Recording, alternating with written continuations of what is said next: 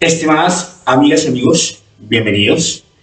Bueno, hoy en día se habla mucho de la figura de la estabilidad laboral reforzada, la cual necesariamente descansa en los diferentes fueros en los que implica la protección que emana de la estabilidad y vocación de permanencia y continuidad del trabajador con ocasión de una valoración con enfoque diferencial que permita dilucidar que la aplicación en estricto sentido de la norma llamada normalmente a dirimir el asunto se encuentra supeditada de cara a las personas aforadas al agotamiento de un trámite administrativo.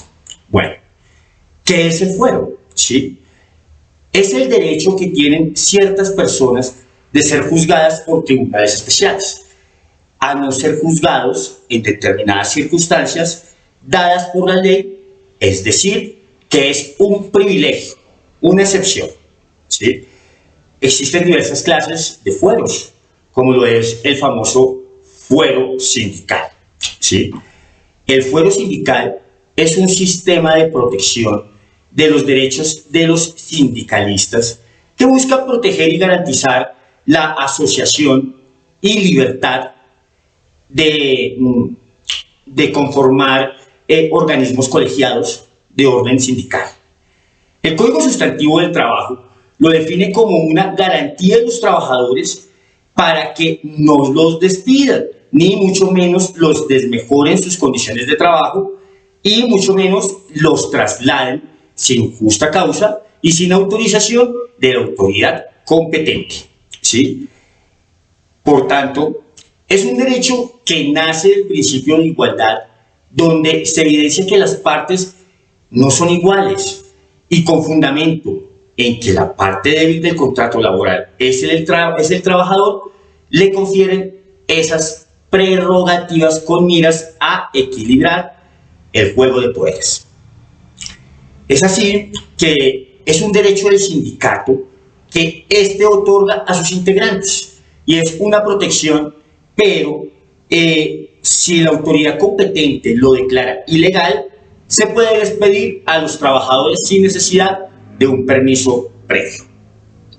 Bueno, tenemos aquí a los trabajadores. ¿Quiénes son los trabajadores pues, que gozan y que se encuentran amparados por el fuero sindical?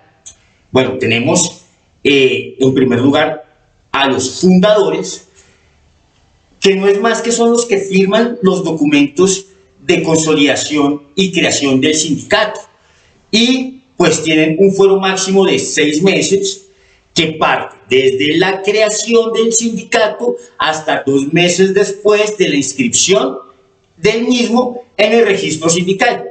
En esa senda protege a los trabajadores y aunque el registro sea rechazado, el fuero opera. Pero si el sindicato resulta ilegal, el fuero resulta ser inexistente e ineficaz. Tenemos los adherentes, que son los que ingresan al sindicato después de su creación, pero antes del registro sindical. Es decir, ellos también gozan de un tiempo de fuero aproximado o igual del de los fundadores. Tenemos los directivos, que son los miembros de la junta directiva y subdirectiva del sindicato o de la federación o confederación, según sea el caso, el cual protege a los 5 principales integrantes y 5 principales integrantes suplentes que tendrán voz y voto por el tiempo que estén en el cargo hasta por 6 meses posteriores a cuando salen del organismo sindical. En caso de cambio de miembros, el antiguo continuaría gozando, pero solamente por 3 meses más. Pero entonces puede ocurrir de ipso facto cuando renuncia antes que se venza la mitad del periodo o por sanción disciplinaria que impone el sindicato. Si hay fusión, siguen gozando del fuero por 3 meses más los directores no involucrados en la nueva junta directiva. Sé que es un poco enredado, pero con ocasión de lo que lo vayamos desarrollando, podemos entenderlo de mejor manera. Tenemos el de la comisión de reclamos. Es para aquellos miembros de la comisión y pues su tiempo de fuero es igual al de los directivos. Ahora bien, tenemos la categoría de los servidores públicos que también gozan del fuero y con iguales beneficios de los directivos, a excepción, ojo, de los servidores que ejercen jurisdicción, autoridad política o cargos de dirección o administración. Ahora bien, respecto de los trabajadores de dirección, confianza y manejo, mediante la sentencia C-593 de 1993, la Corte Constitucional declaró inexequible la redacción original del artículo 409 del Código Sustantivo del Trabajo, porque resultaría contraria al artículo 39 de la Carta Fundamental. Pues ahí se establece que todos los miembros pueden tener esa inclinación foral, siempre y cuando no pertenezcan al sector de la defensa. Asimismo, el Consejo de Estado, en diversos pronunciamientos, pues nos ha permitido ilustrar que de cara a los empleados oficiales, les permite constituir organizaciones sindicales mixtas, integradas por trabajadores oficiales y empleados públicos, pero esas organizaciones ejercen sus funciones teniendo en cuenta las limitaciones que consagra la ley respecto del nexo jurídico de sus afiliados con la administración. Es decir, una de esas limitantes podría haber sido, digamos, la que estaba consignada en el artículo 409 del Código Sustantivo del Trabajo, que exceptuaba del fuero sindical a los empleados públicos y a los trabajadores oficiales que desempeñen cargos de dirección, de confianza o de manejo.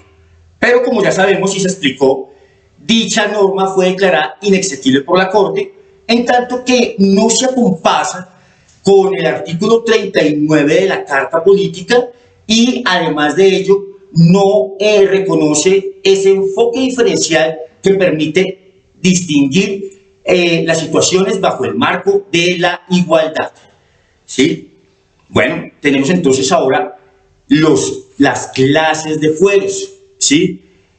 En primer orden tenemos el fuero circunstancial, ¿sí?, que es aquel que protege a los trabajadores para que no sean despedidos de sus trabajos durante un conflicto colectivo. Lo que busca es proteger a los trabajadores que presentaron un pliego de peticiones. Sin embargo, es importante aclarar que el empleador los podrá despedir sin justa causa, pero no los podrá despedir con la indemnización, ¿ok? Tenemos ahora el fuero sindical, pero en el caso de los trabajadores que tienen un vínculo o un contrato a término fijo. Pues bien, al respecto vale la pena citar que se puede terminar ese contrato siempre y cuando se acompasen a las reglas que operan para los contratos de trabajo a término fijo, que es decir, que se presente un preaviso con antelación de 30 días indicándole al trabajador en efecto la no intención de renovar el vínculo contractual. En ese sentido, el fuero sindical resulta inoperante, puesto que se desnaturalizaría la naturaleza, valga la redundancia, misma del contrato de trabajo a término fijo. Por tanto, esa circunstancia se evita para que el pretexto de estar aforados se desvirtúe la vocación de permanencia de ese contrato y por tanto se puedan generar unos cargos que se puedan mantener en el tiempo. Fuero convencional es aquel que estriba en la convención colectiva y busca prolongar el periodo de protección de trabajadores aforados y los establecidos taxativamente en el documento contenido en la convención colectiva. Ahora bien, el famosísimo fuero de maternidad, ahora extendido al fuero de paternidad, pues podemos ver que ya desde la Constitución del 91, al consagrarse el Estado de Colombia como un Estado social de derecho, ¿sí?, este fuero se ha desarrollado y ha cambiado a un sistema más proteccionista y con un rango superior, buscando el efectivo cumplimiento de los derechos fundamentales. Pues bien, La legislación presume que el despido de una mujer en estado de embarazo o 3 meses posteriores al parto deviene de su estado de gravidez. Presunción que a todas luces puede ser desvirtuada por el empleador, en efecto, probando que el despido se produjo con justa causa y sin conocimiento del estado de gravidez de la trabajadora. Ahora bien, el fundamento del fuero a la maternidad está en el derecho a la igualdad y en los principios de especial protección a la mujer y a los menores que se contempla ampliamente en los convenios de la OIT y que son parte del bloque de constitucionalidad a través de simples leyes o a través de consignaciones a través de la Carta de Política de Derechos. Entonces ese es un mecanismo que busca proteger a la madre gestante en su mínimo vital y cuando sea evidente la vulneración a esos derechos por parte de las normas, ¿sí?, en la cual se requerirá para el despido, en efecto, pues la autorización del Ministerio del Trabajo. De lo anterior queda claro que frente al acuerdo de voluntades de las partes y los derechos del nasciturus, es decir, del que está por nacer, pues priman los derechos de este último, ¿sí?, sin ningún tipo de discusión. Bueno, tenemos también afuero de los trabajadores con enfermedades catastróficas como el VIH-Sida, que eso también lo podríamos catalogar como un fuero de salud, ¿sí?, en la amalgama general de ese tipo de fueros, y son aquellas personas que requieren actos discriminatorios positivos, es decir, por necesitar del Estado medidas de protección más vigorosas, especiales, en tanto que por esa razón no se le puede, digamos, pedir a un trabajador la prueba de VIH, ¿sí?, puesto que eso es claramente discriminatorio y lesivo de la dignidad humana, ¿sí? En esa senda se tiene fundamento en que cuando ya en materia de salud a grandes rasgos, cuando ya la incapacidad supera los 180 días, permite que se pueda desvincular al trabajador en consideración a la falta de capacidad para cumplir la prestación personal del servicio. Obviamente eso está ampliamente desarrollado por la jurisprudencia y todo debe verse a la luz del caso concreto. Tenemos el fuero de enfermedad, que es el que pues, hemos ya desarrollado en este capítulo anterior, y vale la pena destacar que esa coyuntura clínica, que ese menoscabo en la salud debe estar previamente conocida por el empleador. No obstante que si no es conocida por el empleador, en efecto no habría lugar a que ese despido se haya dado como consecuencia del estado de salud del trabajador. Por tanto, si, digamos, el trabajador omite esa importante información que conociéndola el empleador podría, en efecto, haber inferido en la decisión de contratarlo, en efecto, ahí también podría operar la presunción de mala fe a favor del empleado. Ahora bien, tenemos nosotros que cuando se trata de personas que tienen una disminución gradual de su capacidad laboral, el empleador debe ejecutar todas y cada una de las maniobras administrativas tendientes a reubicar a esa población trabajadora, ¿sí? Entonces, si no fuera posible por el empleador dar cumplimiento a esa reubicación, en efecto se procede con autorización del Ministerio del Trabajo a proceder al retiro del trabajador. Claramente, con las consecuencias que ello deriva, ¿no? Las indemnizaciones que se recomienda siempre cancelar y pues siempre tratar al trabajador con toda la dignidad, con ciertas discusiones de índole discriminatorio de orden positivo para que pueda en efecto garantizar, digamos, el mínimo vital de esa población trabajadora. Tenemos ahora los trabajadores de la tercera edad o próximos a pensionarse, es decir, los prepensionados, que en materia del sector público hablamos de retén social, ¿sí? Pero para la finalidad obedece a los mismos principios.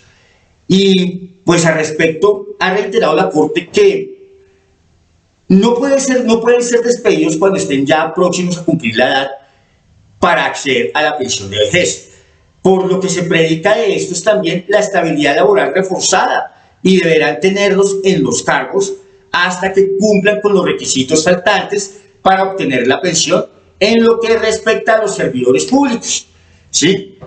En el sendero antecedente, claro es que no se configuraron dentro de las circunstancias que conllevan a establecer el fuero, circunstancias que no obedezcan a esas premisas ya antes indicadas. Ahora bien, las madres cabezas de familia, que hace referencia y precisamente a aquellas madres cabeza de hogar que soportan en sus hombros pues la carga económica que reclama pues su núcleo familiar.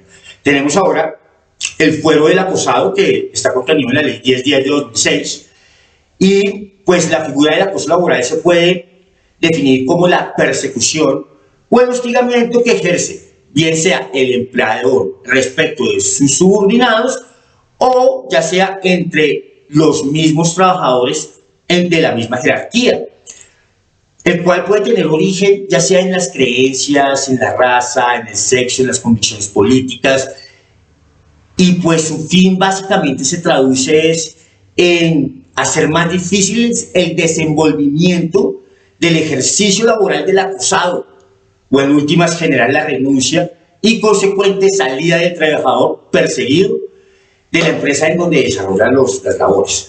Frente a este fuero, vale la pena destacar que debe previamente haber sido constatado por el Ministerio del Trabajo esas conductas reiterativas. Por lo tanto, en mi opinión, es totalmente inoperante. Pues bien, estimados amigos, eso es todo lo que tengo para ustedes el día de hoy. Por favor, sé que este es un tema bastante denso, vamos a irlos desarrollando punto por punto porque cada ítem que hoy hemos mencionado merece, por supuesto, todo un pleno desarrollo. Fíjese bien su situación laboral, señor trabajador, fíjese bien la situación de sus empleados, señor empresario, para poder de alguna forma distinguir los trabajadores que se encuentran en esas circunstancias establecidas en la ley que les permiten pregonar una estabilidad laboral reforzada. Todo lo que tienen que saber de mí está abajo acá en la caja de descripción. Si les gusta más contenido como este, no olviden suscribirse, darle me gusta y pues bueno, nos vemos en una nueva oportunidad. Hasta pronto. Muchas gracias. ¿Será que sí? ¿Será que sí? Ojalá.